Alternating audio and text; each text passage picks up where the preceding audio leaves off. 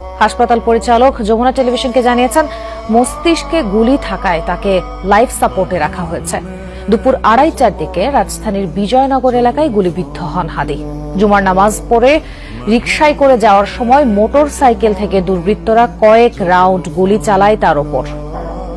জুমার নামাজের পর বিজয়নগর এলাকায় জনসংযোগ করছিলেন এই আসনের সংসদ সদস্য হিসেবে নির্বাচন করতে চাওয়া ওসমান হাদি ও তার সমর্থকরা। লিফলেট বিলির কর্মসূচি ছিল তাদের। দুপুর 2:25 দিকে বক্স কালভার্ট এলাকায় ছিলেন হাদিরা। এ সময় মোটরসাইকেলে এসে সন্ত্রাসীরা হাদিকে লক্ষ্য করে গুলি করে পালিয়ে যায়। তাদের মাথায় হেলমেট ছিল। 21 মিনিটের সময় আমরা গুলির শব্দ পাই।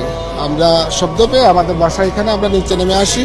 আসার পরে আমরা এখানে দেখি একজন লোক গুলিবিদ্ধ, উনি রিস্কায় ছিলেন, 2 জন আরোহী ছিলেন এবং একটা মোটরসাইকেল এখান থেকে গুলি করে চলে গেছে। আমরা নিচে আমাদের গার্ড থেকে জানতে পারি। শব্দ শোনার পরে তো বসে যে চাকার রায় ব্রাস্ট হয়েছে, আমি এরকম ভাবছি। না না না না গুলি শব্দ আমি বুঝতে পারিনি। পরে যখন মানুষের দৌড়াদৌড়ে ছুটাছুটি, তখন আমরা বাইরেছি। এই ঘটনার পর তার অনুসারী সহ বিভিন্ন রাজনৈতিক দলের নেতৃবৃন্দ ঢাকা মেডিকেলে ছুটে যান। হামলার ঘটনায় ক্ষোভ প্রকাশ করেন কর্মী সমর্থকরা। আপনাদের কাছে হাত জোর করে বলি, বাইরে মরতে দিয়েন না, বাইরে মরতে দিয়েন না, বাইরে কিছু হইতে দিয়েন না। উনি আমাদের দেশের লোক, উনি আমাদের লোক। আমরা ক্রাইম সিন টিম আমরা কর্ডন করেছি এবং রক্তের কিছু আলামত আমরা সংগ্রহ করেছি। আমরা কোন আলামত রক্তস্রাবটা সংগ্রহ করেছি আমরা।